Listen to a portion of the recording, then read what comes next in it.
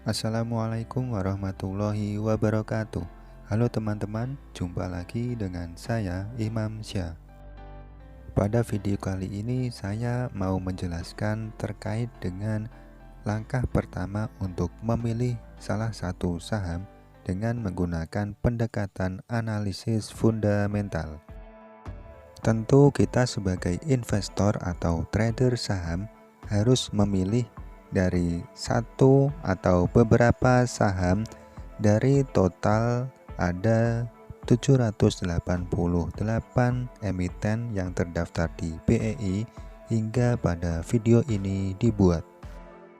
Lantas bagaimana cara kita memilih dari sekian banyaknya total saham yang ada di BEI untuk kita pilih atau kita beli? Simak videonya dengan seksama ya.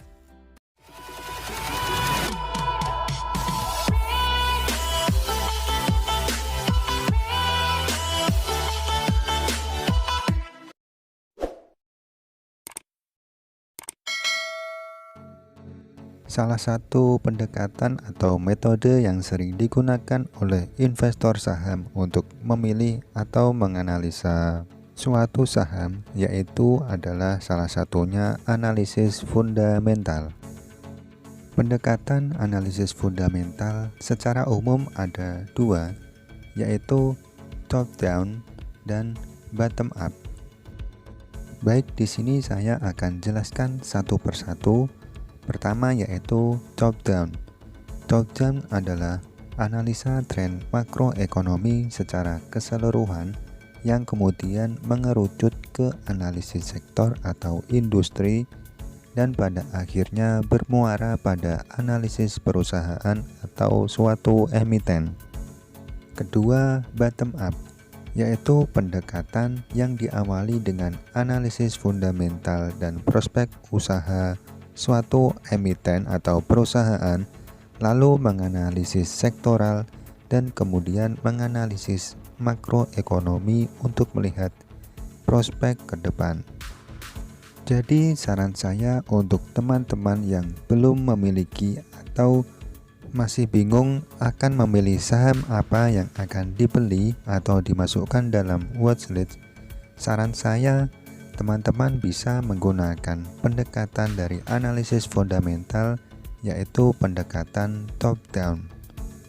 Jadi kita bisa melihat dari makroekonominya, lalu kita ke sektor atau industrinya. Saya kasih gambaran sedikit, terutama untuk di saat ini tahun 2022, di mana tahun ini pandemi COVID Corona sudah mulai mereda dan kehidupan manusia secara umum akan kembali seperti semula. Kalau kehidupan bisa berjalan dengan sewajarnya, jadi sektor-sektor seperti konsumer dan kebutuhan pokok atau kebutuhan yang menyokong kebutuhan pokok seperti kebutuhan yang sekunder untuk memenuhi gaya hidup, saya kira akan mengalami peningkatan atau menguat. Jadi bisa teman-teman memilih sektor seperti tadi untuk memilih saham yang akan ditentukan. Kemudian karena kita sudah memiliki industri atau sektor yang kita pilih, lalu dari sektor atau industri tersebut kita memilih perusahaan atau emiten yang sekiranya cocok untuk kita. Itu tadi hanya contoh teman-teman, jadi teman-teman bisa menyesuaikan kondisi makroekonomi yang ada saat ini.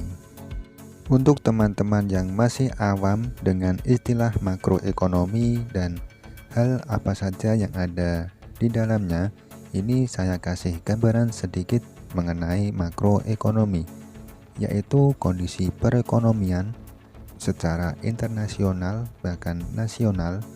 Contohnya di sini ada GDP atau bisa disebut PDB. Contohnya di Indonesia sering mengumumkan bahwa PDB nasional Indonesia itu berapa totalnya atau hasilnya. Yang kedua ada nilai tukar. Contohnya nilai tukar rupiah terhadap dolar Amerika. Yang ketiga ada suku bunga atau BI rate. Lalu yang keempat ada inflasi. Jadi pendekatan analisis fundamental yaitu menggunakan tipe top down akan melihat sisi ekonomi, contohnya dari hasil PDB, lalu melihat nilai tukar, melihat suku bunga, dan juga inflasi. Hal lain yang perlu diperhatikan dalam memilih satu saham yaitu pertama, kenali produk dan bisnis perusahaan. Apakah produknya, lalu bagaimana bisnis perusahaan tersebut berjalan. Yang kedua, perhatikan market cap-nya. Kalian bisa memilih salah satu saham dengan market cap yang besar hingga sedang. Saran saya jangan memilih satu saham dengan market cap yang terlalu kecil karena untuk menghindari nanti adanya risiko likuidasi atau sulit untuk dicairkan istilahnya ya. Yang ketiga, perhatikan apakah saham tersebut masuk list indeks tertentu seperti indeks LQ45, IDX 30, IDX High Dividend 20, JII, dan lain-lain.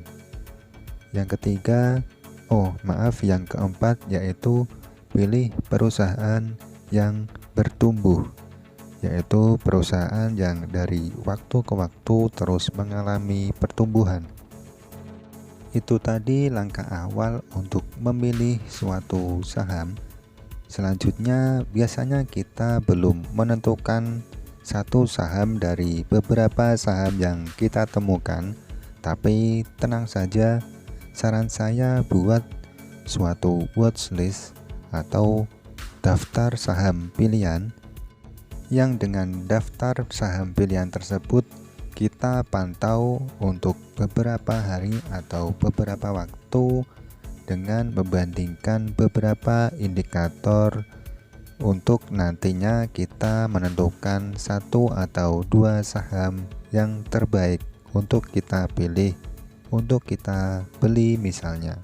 Kalau kita mau lebih detail dan lebih usaha untuk membaca, yaitu membaca laporan keuangan supaya mendapatkan informasi yang lebih detail dan lengkap, yaitu dengan membaca laporan keuangan dari saham-saham yang akan kita pilih. Tetapi kalau kita memilih jalan pintas karena tidak ada waktu atau malas membaca laporan keuangan perusahaan yang beratus halaman, kita ada jalan yang lebih mudah, yaitu dengan melihat indikator-indikator penting dengan membuka di aplikasi sekuritas atau aplikasi pihak ketiga yang membantu untuk melihat indikator seperti RTI Bisnis dan lain-lain. Contoh indikator yang sering dipakai yaitu seperti NPM atau Net Profit Margin, lalu ROE atau Return on Equity, lalu ROA atau Return on Asset, lalu ada EPS atau Earning per Share, lalu ada DER atau Debt Equity Ratio, ada PER atau Price Earning Ratio, dan PBV atau Price Book Value. Langkah sederhananya kita lihat apabila NPM, ROE, ROA, dan EPS yaitu semakin tinggi maka semakin bagus, dan apabila DER atau DER, lalu PER atau PER, dan PBV yaitu semakin rendah maka akan semakin bagus. Hal terakhir yang perlu diperhatikan yaitu valuasi atau harga dan juga pembagian dividen. Dalam memilih atau membeli satu saham, kalian penting untuk memperhatikan harganya apakah harganya sedang murah atau sedang mahal. Lalu yang kedua yang bisa diperhatikan juga yaitu apakah saham tersebut rutin membagikan dividen ke pemegang sahamnya atau tidak. Demikian penjelasan singkat dari saya, yaitu langkah-langkah untuk memilih suatu saham dan hal-hal yang perlu diperhatikan dari saya. Kalau ada yang kelewatan bisa tulis di kolom komentar. Teman-teman, sampai sini dulu video kali ini. Sampai jumpa di video selanjutnya. Jangan lupa like dan subscribe untuk mengikuti video-video dari channel ini. Wassalamualaikum warahmatullahi wabarakatuh.